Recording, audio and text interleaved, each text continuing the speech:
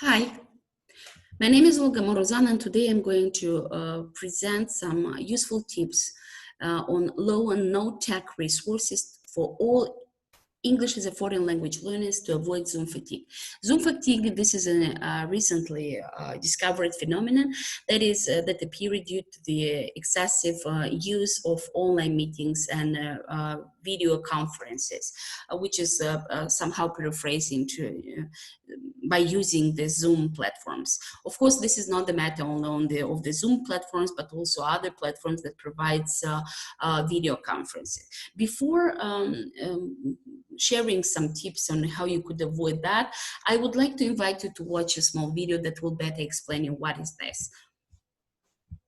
While watching that, please try to focus on the situations and the situations that are presented in the movies and in this movie. And in case you have had such situation, you just reflect about that and how you have solved them.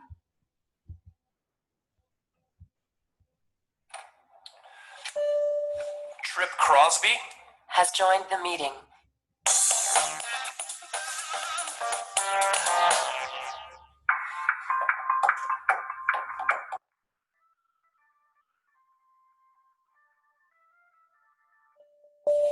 Beth has joined the meeting.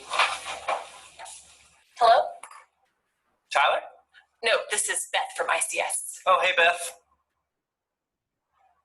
How are you doing? Oh, good. Yeah. Just making it, Tyler? Has joined the meeting. All right, well, this is Trip. Who's here? Tyler's here. Beth's here. Okay, the purpose of today's meeting is to discuss the... Yeah, I'll be able to do it in like 30 minutes. John? Has joined the meeting. Hi, John. I was just trying to go over the purpose of today's meeting, which is to discuss the Tyler? Has joined the meeting. Sorry, guys, I got cut off. Is Paul here? Send him an invite. Put in your access code. No, that's your PIN number. It should be a 9-digit number. Try pressing the pound key.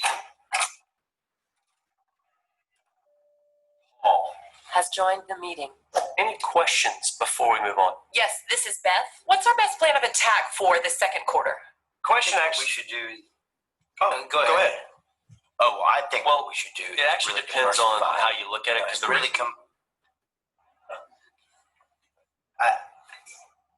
Go ahead. Given sales, we're at 100. Let me just say that... Okay. That's a great graph, John. Tyler? Well, my main concern with the projections from year was that they're just insufficient. I mean, they're not even taking into account. Did we lose Tyler again? Hello? John, are you guys taking distributions? John? Oh, my bad. I was on mute. Let me start over. So I've prepared a presentation. I'm sharing it with all of you. You should be able to see it on your screen right now. Got it. I don't see a link anywhere. It says I need to download a plugin. We are all using Macs, I'm assuming. How can you? Financials are looking great. Paul, do you have any comments on staffing? I was thinking about that because we get a few more contractor types in. Oh, I'm sorry. Rex, get down. No, I feel like when so if we actually type that up, then I Well, to me, staffing is a huge impact. Is that me? Is that me? Not me. I don't think I just want to go over a couple of details as we move into our next section here. So this is the movie that shows the real situation of the Zoom meetings, and I'm sure you have had the same cases when your students needed to be reminded to unmute or mute their microphones when there was the dog barking or the cat moaning or the parents moving around and just talking loudly, and some problems and technical issues with the the internet, somebody, I mean, some students being late and knocking at your Zoom door and asking for the entrance code and so on and so forth. So besides these technical issues and this situation that we needed promptly to adapt and to resolve immediately in order to provide the qualitative education, online education. So there were some other cases and situations, funny stories, and whether, I don't know, like when they were Zoom meetings and with the pajama style, if they were audio online, only audio, or with video meeting when you needed to be dressed up and with makeup and everything in order to look perfectly. Or I really like this one. My boss turned herself into a potato on our Microsoft Teams. Microsoft Teams, this is very similar with the Zoom. So she turned herself into a potato on our Microsoft Teams meeting, and I can't figure out how to turn the setting off. So she was just stuck like this the entire meeting. And we have had the situation that just because you clicked on something, there appeared a mouse or the cat face, and you were just performing as a cat had and during the whole session. Or I don't know, when it comes to Zoom meeting program, when you, let's say you had an appointment and you set the class to start at 1 p.m. but just because of the waiting for the host to start the meeting, the group discovers background, someone really struggling with the audio, somebody decided to try headphones, everybody holds up their cats, and the actual meeting starts after 20, 25 or even 30 minutes. Yeah. So I'm sure this situation just, beside the fact that you celebrated many positive things, that you survived and you learned a lot of things about online tools and how you could handle how you could provide and how you could conduct online classes. Besides this, there were many negative feelings and frustration that very often you feel, and you needed to, I mean, kind of support, and nobody was there just to support you when it comes to psychological well-being, and just to, you were trying to exceed and I mean, to do your best in order to prepare for the classes, and very often you were mixing up preparing the preparation of the classes with a lot of attending a lot of webinars, and you needed to catch up a lot of materials in order to succeed. And very often, I'm sure you found yourself like midnight or past midnight, that you were still preparing for this class, and the range of frustration was so high, and the level was so high, and the negative feelings that arose, so sometimes it just was overwhelming. So this is a diagram of Zoom meeting attention span. I really like it. It's of course it's based on reality. This is not a scientific one, but it shows in very many situations that when we have a Zoom meeting, we have a relief at seeing other human beings. Like 23% out of the Zoom meeting, we sometimes we dedicate of seeing people and you know, chatting and checking our partners or colleagues' houses. 10%. Oh my God, why didn't they take a shower? So when you see yourself in the screen, so you just realize that you don't look so good. Has my neck always looked like that? So this is the, you know, it's the same feeling that you look into the mirror like 27, 24. So when you are just looking and you're looking into yourself, and you feel that it's just very much distracting. Maybe if I move the camera up and high, you are trying to frame the screen and to arrange and to set up their technical things in order for you to look better. Removal of cat from keyboard. So we have a lot of cats around, so cats and that need so they are crowning for attention. So you need to somehow. I mean, and I heard in the movie that there was the dog there because you are at home. So this is the family style working place. Removal of kids from bed, or just yelling at kids and telling them not to come. I mean, to leave you alone because you have the classes, and only actual meeting content, there is only 2%. Good. So what is the Zoom fatigue, and what are the factors that lead to this phenomenon to occur, and why this happened. And there is a wonderful video that I would like to watch together with you.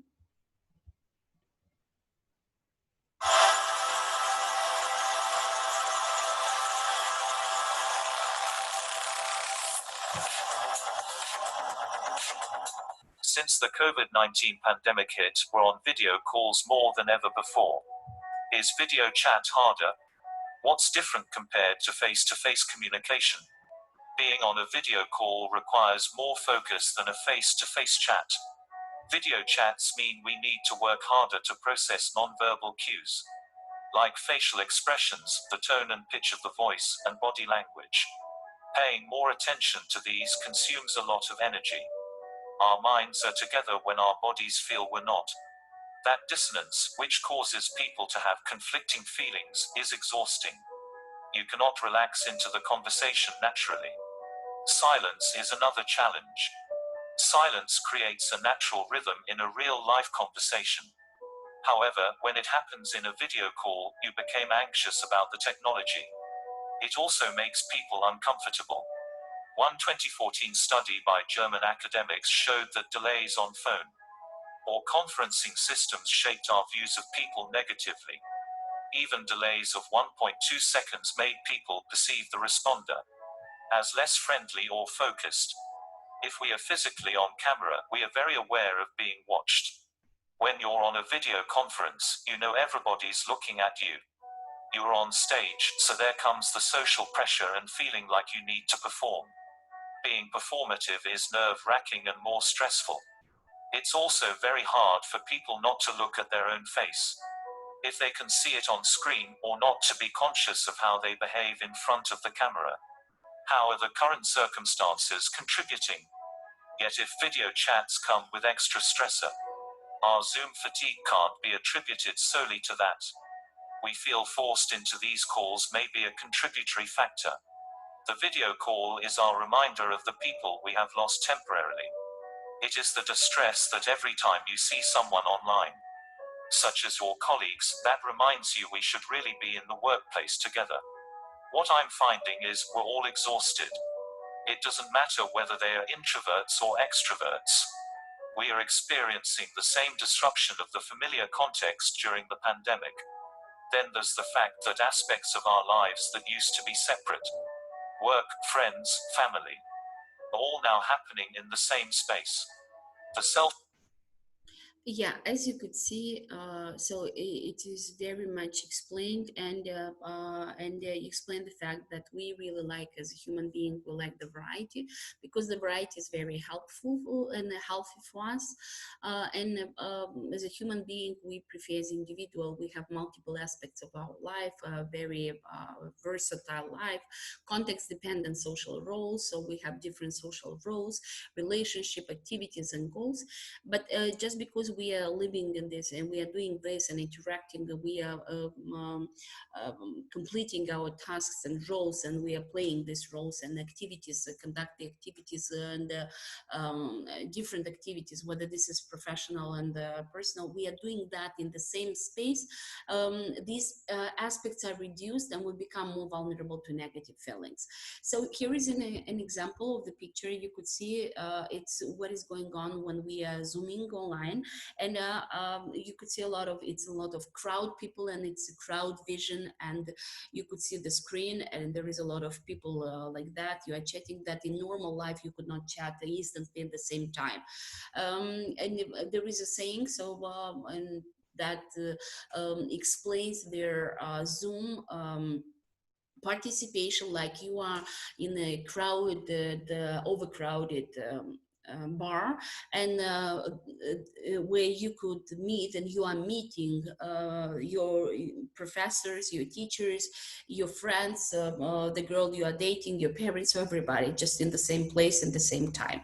So yeah, as mentioned earlier, so this contributes to become more vulnerable and much more exposed to overwhelming and anxiety and frustration. So when we interact with people, So people face to face, when we interact with people face to face, we are not only listening to their voices and looking at their faces, but we are picking up on social cues like hand movements, body movements, and even a person's energy. So we feel that. And the organ that helps us to do that, and without much concentration, that this is automatically done, it's like decoding verbal, non-verbal communication. And so this is our brain. But when it's Zoom, the brain has to overwork to process this information. So in order to find the balance between non-verbal and verbal information. So the brain has to overwork. It's too much, and this is the reason we feel very tired. Seeing ourselves in the screen all day, it's like looking into the mirror all day. When we are face to face, we are able to engage our brain in other activities. We can break eye contact with a person while still using other nonverbal to communicate that we are listening to this person. But when we are on a video call, there is an unspoken expectation that we give our full attention, and we need to give the full attention. So it's very exhausting, just because you have to look into the eyes of this person each time, and just without being distressed. Yeah, and this is necessary in order to keep the conversation, okay, and the relationship. So what are a few tips for teachers? Because we could not teach teachers how they could deal with their Zoom fatigue of the students without analyzing whether they are also exposed to this phenomenon, this psychological issue. Shorten your Zoom meetings, so combine asynchronous and synchronous learning. So it means, some of the teachers prefer, and I know that's from my own experience. So that's they prefer extending their trainings or the classroom, for 2 hours and having a small breaks. So just you better shorten the Zoom meetings, and this is virtual classes, video meetings, conferences, but better combined with asynchronous tasks and using Google Classrooms or any other platform. When possible, have your screen off the side instead of straight ahead, in particular when it is a big group, because you have the feeling of participating like in the conference, and not it's just focused on the screen of many people. If I come back to this one, so you could see there is the screen of all the presenters, and it's just all people attendees. So prefer moving the screen focused on, which will be focused on only on speaker. In such a way, you will not be distracted by the reactions of what other participants, even participants, are doing. Spend some time to actually checking into your students' well-being, because that helps you to reconnect to each other, foster the trust, reduce fatigue and concern of students, and also of yours, of yourself. You could do it through particular activity. It's like, you could find online some pictures. We just ask the students to find out some of the pictures and then describe them, or draw something that represent their feeling, and after that they present and explain how do they feel about a particular situation. Or you just find some pictures and you ask the students to choose a particular picture that they recall and they feel association with this picture at the moment, and then explain the feelings and why did they feel that. Build transition between video meetings, classes from professional to private life. So let's say if you have like a 30 or 40 minute video Skype, after that, try to allocate, 50 minutes or at least a short time for something which is not connected to job. So just something from private life, and just and make this transition and shifting from one part to another. That will be easy for you just to, you balance this type of activities. Set up your personal boundaries. Let's say, I know some of my colleagues that they have set one of the boundaries just not to reply to any mails or nothing, any calls after 6 p.m. So this is the time when this person, so she's quite committed to the family. So, and she's going to do it, next day, and better wake up early.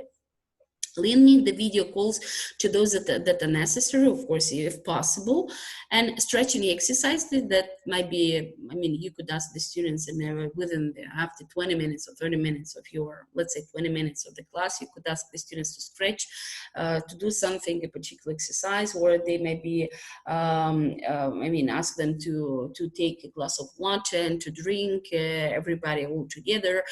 You could have also some tea moment, tea break. So the students will bringing a cup of teas and just chatting and talking about, it's a small break between their classes. Go on school. So it's like sometimes just if you have the opportunity to communicate with some of your relatives or people, I mean, that you really care, or using letters, this is a great idea. So go old school. This is the idea. You could write a real letter to someone instead of meeting on Zoom, and in order to show that you trust and you really, I mean, the matter, the relationship, and you care about this person. So of course there are more other tips, but these are the general ones that I decided to share with you. Ways to avoid children's Zoom fatigue. So after feeling yourself confident and releasing your stress and anxiety about fatigue, so you'll be able to support the students and to avoid this phenomenon and this, I don't want to say illnesses, but this issue, health condition, mental health condition. So I found a small video that presents 3 strategies that you could do in order to avoid the children's Zoom fatigue. Let's watch.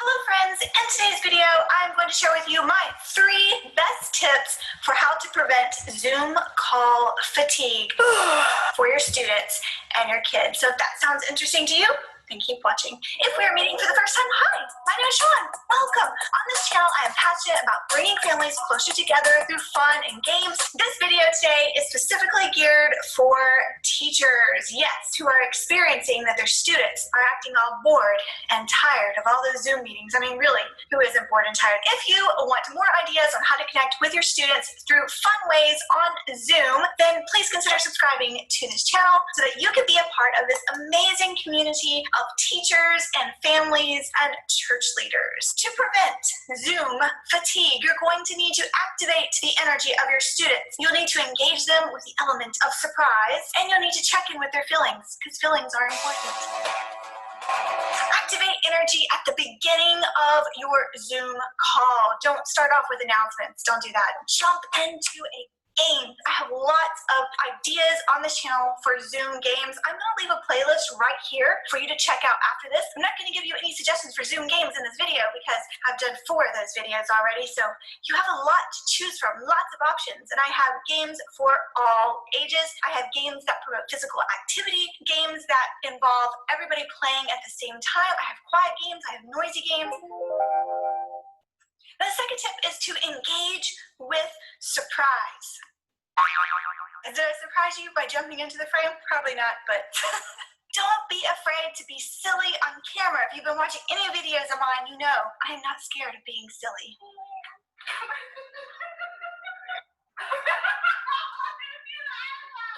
Wake your students up with a silly face or getting really close to the screen, you know, so they can see, you can see your mascara or your eyeshadow up really close. Don't have them look up your nose. That's probably not a good thing. But get really close to the screen. That is surprising. Changing the background behind you on your Zoom call. If you'd like to know how to make a customized background, like a simple background, I have a tutorial for that, and I'll link it right up here for you to watch after this. Now, number 3 is check in with feelings. Now, oftentimes, oh, this got serious. This got serious fast. Oftentimes, students, kids, even us adults, we seem bored but really, we're just depressed that we've been inside, haven't been able to play with our friends. Students, they haven't been able to go to school, their routine is off, it's almost summer, school is getting ready to let out, graduations have happened, the last thing they want to do is be on another Zoom call. All right, so I have an idea for you. It's called Success Stickers. You are going to stick a bunch of Post-it notes on your face. Yes, Have your students go through one-on-one and check in with their feelings. Have them write something that they have been successful at during the lockdown and quarantine, something positive. Because usually in school, kids get the positive affirmation they need from their teachers and from their peers at school, and they aren't getting that. So maybe they learned how to cook. Maybe they learned how to do their own laundry. Celebrate those small or big successes and do it in a funny way by writing them down and sticking them on your face. You could also, if you want to do this in a quicker way, because what I just described to you will take a little bit of time, if you want to do this fast, have them instead write one word on a piece of paper that describes how they are feeling, and then just show that one word to everybody on the screen. You don't have to address it, or you may want to take the time to address, but kind of look at everybody's responses and know which students that you need to check.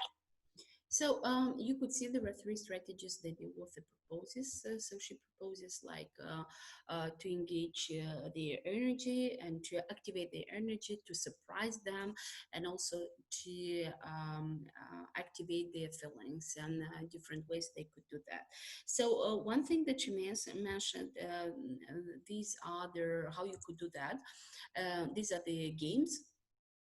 Low and non-tech educational activities that you could, they don't require any technical devices. This is just the use of the technology and via Zoom, but all the other technical resources you don't need it, and the students feel much more energized in order to complete this task. Some of the activities they are familiar, you might be familiar, but you know, you've used them in the everyday life, like during the face-to-face classes, but not when it comes to Zoom and online meetings. So let's see. Zoom in a picture. This is one of the activities. So the teacher could show, first of all, they could show the students how to do that, and after that invite the students to complete the tasks by themselves. Pick some pictures of the animals and save on your computer. So Google, let's say Google for particular animals, Google online, and after that you just save on the computers these pictures. Zoom in the picture, choose one, pick one picture, and zoom it in. Screen share using the screen share button via Zoom.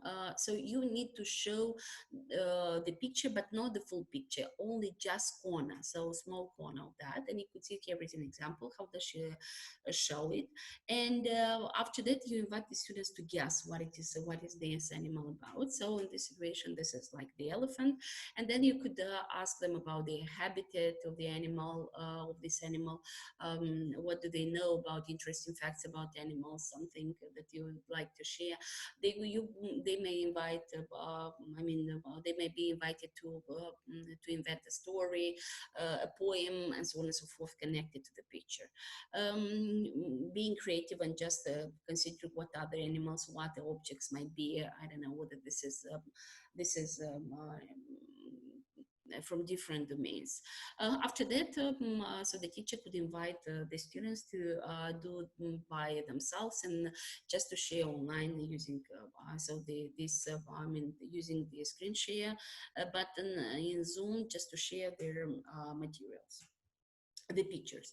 Another one could be the animal, the animal charade. This is when the students will have to pick up an animal and mime with no sign their movement, and the other students will have in front of the screen, of course, and the other students will have to guess what is the animal about. To avoid any kind of interruption with the sound, so better these students will have to, that they perform and they show the animal, so we'll have to mute their microphone. Another activity is scavenger hunt, but the scavenger hunt, I really like that, when you ask the students, or treasure hunt, you ask the student to find something in their house. Well, this is outside the house, what is nearby, of course, if they live in the countryside and it is allowed to get out of the house, in their yard. So let's say you could ask the students to find some of the objects, and you give the instructions for this object. You name these objects, and the person that brings the first is the winner. Let's say a clean sock, something red, a pen, a right shoe, a cuddly toy, something round, one sheet of toilet roll, a piece of fruit, something that starts with the letter M, a spoon, something green, something rectangular, a book, a picture of someone you love, a hairbrush, and so on and so forth. You could find here two wonderful resources, which is called 22 Scavenger Hunts to keep students busy at home. If you click on that, you may be inspired and you may find some activities you could do together with your students of different ages, and some scavenger hunt activities, or treasure hunt. You could also ask the students to invent by themselves these activities, and after that propose to other students what they could find, what are the things that they might find. Here is another resource, 20 Zoom games for families, and this is when it comes to 20 Zoom scavenger hunt ideas. These are the handouts that the students could use, and or the teacher could use, and then just offer to students, and for the students to find better the object or the thing that is there. So find something red and small. Find your favorite tool or toy, or another one.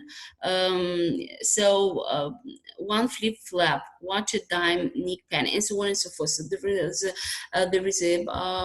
are a lot of resources here, and the handouts that you could use. Okay, so all the links you could find in the PowerPoint presentation, a link that I'm going to share with you, and besides this video registration, you'll be able to access anytime these links. Okay, so let's move on. Another one is what's the sound.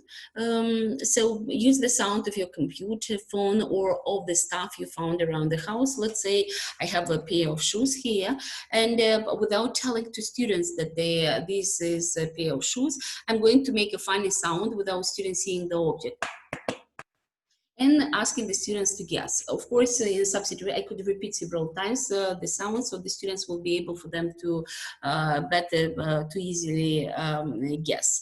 And after that, you ask the students to perform by themselves that, and then it's each student will use different sounds, and the others will guess. Another one, read my lips, is another activity is read my lips. So it's basically a very simple one, when it's just the person having the microphone mute is going to tell something, a phrase, and the others will have to read the lips, and in order to identify what it is about, what is the phrase of the person just said. Singing Whisper Challenge. It is inspired. This activity is inspired from a TV show, which which has the same name, Singing Whisper Challenge. So it's very simple. You could see that the person is just wearing. So both of them, they are wearing the headphones. But in this situation, could be done not without headphones, just people on another part of the screen, and the person will mute the microphone and will dance and will sing, so the other person will guess what is the song about. Okay, let's move on. Box of Lies this activity was also inspired from a TV show, American TV show. So the teacher could prepare 2 or 3 boxes, and also invite students to prepare the boxes with numbers. And in the boxes, they are going to be put some toys or some objects, and let's say one student calls the number of the box, let's say number 2, and after that so the person or the student that has this box is going to open without showing to somebody else, so it just shows, and after that describes, so the other people will guess. Another activity is called Draw It. So it could be done, it could be performed with students of different ages. Each student takes the turn to draw in front of the screen an animal, let's say, an object from a story they've read, or a character.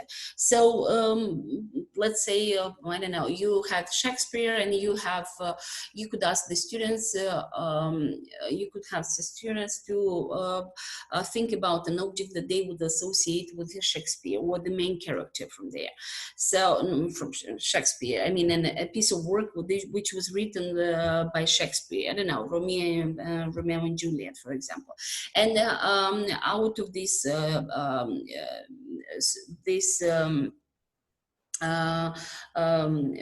masterpiece, they're going to think about an object or a particular character and just associate this character with a particular object. So they are going to draw, they start drawing. So having their notebook in front of the screen, one student is will start drawing this object, and the others will have to guess what is this object that the student started drawing.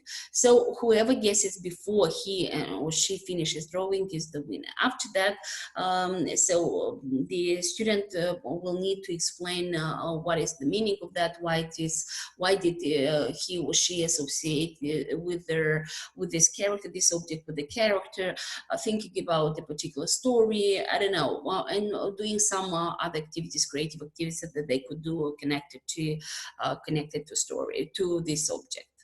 Of course. Magnet memory game, I really like this game, and this game is wonderful just because you use the resources from the house. You need to go into the kitchen and to take a cooking sheet and magnets from the refrigerator. Then you stick there on the cooking sheet, you stick the magnets that you have, and you invite students to look for 30 seconds on the cooking sheet with the magnets. After that, after 30 seconds passed, you take one away. And after that, you ask the students what magnet is missing, how did it look like, can you describe it? And you could, after that, make a short story about this magnet, and they could guess, they could invent different stories connected to, and guess, assume and invent the stories that might be connected, your experience with this magnet. And after that, they share and you tell the story. It very similar, very look like two lies, one truth, or two truths, one lie. But it's for writing and for speaking, and as a speaking activity as well. Words in words. So you, as a teacher, you offer a word, for example, the word game, games, and you ask them during 1 minute to write as many words that they could derive from the letters of this game, of this word. For example, here is the word games, and they could write same, me, guess, jam, so during 1 minute. Yes, and after that they share, and after that you may ask them to invent a story based on this words, including all these words into the story. Another one is categories. So categories of, you give the category like fruits, for example, yeah, and you ask the students, you name there, you call the category, and you ask the students to name as many words they recall about fruits in 1 minute, during 1 minute. And you could see here cards for these categories. It's like card 1, card 2, card 3. So with different groups and categories, for example, drugs, sporty equipment, cheap flavors, beverages. So you could ask the students, let's say, just will throw the dice, and after that there is number 5, let's say. So what is that? It's number, so it's 5, it's sport equipment. They will have during 1 minute they will have to call the names of all the sport equipment that the person had to remember from the memory, and let's say, and you could divide them in several teams, and those teams that will win and will gain more points is the winner, of course. Mind meld. So mind meld is like you have 2 players, and these 2 players will count 3, 2, 1, and after when they call 1, they will try to say the exact same word given by the teacher at the same time. So let's say one person is here is I'm in a partnership where my partner is I don't know, a girl or a boy, and we have the word potato. So we count 3, 2, 1, and after we say potato, we say 1. We have to try to repeat in the same manner at the same time to say this word. Of course, there is going to be, different time, somebody is going to tell faster, somebody slower. So, and the ones that manage to mind meld these words, so these are the winners. Another one is the activity which is called I Spy. You have to designate one student as it. So you know it is based based on the Steven Spielberg's book, which is called the same as it is written. He will look through the task of this spy.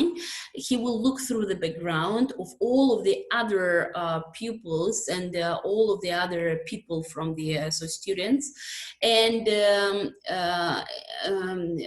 what I mean in background from the screen, and he will tell something like, I spy a circle. Yeah, without telling the name of the person that he is spying from the background. So people will need to see exactly what is what may be the circle that he sees, and the other students will have to guess what it is and how background is, what was the background that it was taken from, and after that, this student, the spy, also hints and clues to have his colleagues to help them to solve this hint or this problem. So I don't know. So the spy could say like, I see something red. Yeah. So and they are going to find out something which is red, of course. So the winner is the person that guesses the object and also the background and the people. The person that is the background. I mean, this object was taken from the background. Yes. Okay, so at the end, I would like just to tell you about some 2 other additional resources that I do encourage you to watch. This is 25 fun games to play on Zoom, and these are virtual Zoom games for teachers, friends, and families, which you are not going to have to need so much resources. It's less technology at maximum, and also there is another edition, but also 25 fun games to play on Zoom. It's another edition on that. So feel free just to click on the movies and you could see it. Also, one of the TED Talks that I really like is how can we support the emotional well-being of teachers? If you click on that, you are going to be directed towards this video. So feel free to watch it and just get inspired. It's almost 12 minutes. Yeah, like many teachers, every year on the first day of school, I lead a sort of icebreaker activity with my students. So you could see this is an experienced teacher, and she's going to present some of the tips that she's doing in order to ensure the well-being of teachers, which is absolutely important, because the well-being of, if the teacher is balanced and is healthy, emotionally balanced and healthy, so the students will be as well.